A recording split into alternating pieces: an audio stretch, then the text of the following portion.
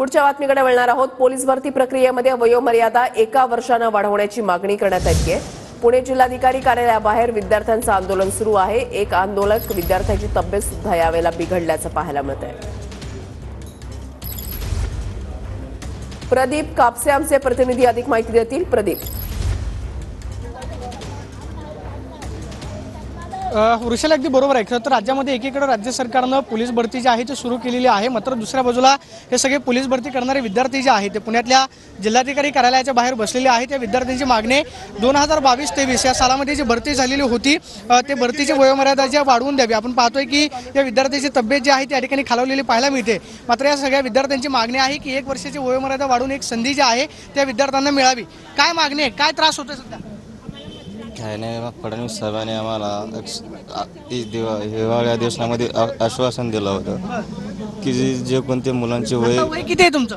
माझं 33 पूर्ण झालं तर 34 आता एक संधी मिळायला हवी। एक संधी फक्त आम्ही एकच संधी मागतो शासनाकडे, आम्ही नोकऱ्या मागतो, फक्त भरतीसाठी फॉर्म भरण्यासाठी आम्ही संधी मागतो सर। दुसऱ्या बाजूला भरती सुरू झालेली आहे, तुम्ही म्हणताय की एक संधी मिळावी। सर आता 3 दिवस झालं पोरं इथं उपाशी झोपलेले आहेत। इथं यांना कसलं खायचं नियोजन ना कसलं नियोजन, एक आमदार आला नाही किंवा एक खासदार आला नाही। तर पुढं पावसाळ्यात पुढं भरती न्यावी, एक वय वाढायचा मुद्दा आणि SCBCचा मुद्दा आहे। SCBCच्या डॉक्युमेंटला विलंब झाला, वयोमर्यादा वाढवून द्यावी। आपण पाहतोय की दुसऱ्या बाजूला विद्यार्थ्यांनी या ठिकाणी मुंडन जे आहे ते केलेलं आहे, म्हणजे प्रातिनिधिक स्वरूपामध्ये सरकारचा निषेध करतायत। तुम्ही मुंडन केलंय, काय नेमकं आता सरकारला सांगणार? अहो 3 दिवस झाला आम्ही एकच संधी मागतोय, 2022 आणि 23 ची भरती आहे आणि सर्वांना चान्स भेटल। 22-23 एकच चान्स मागतोय, तरी सरकार आमच्याकडे बघा ना।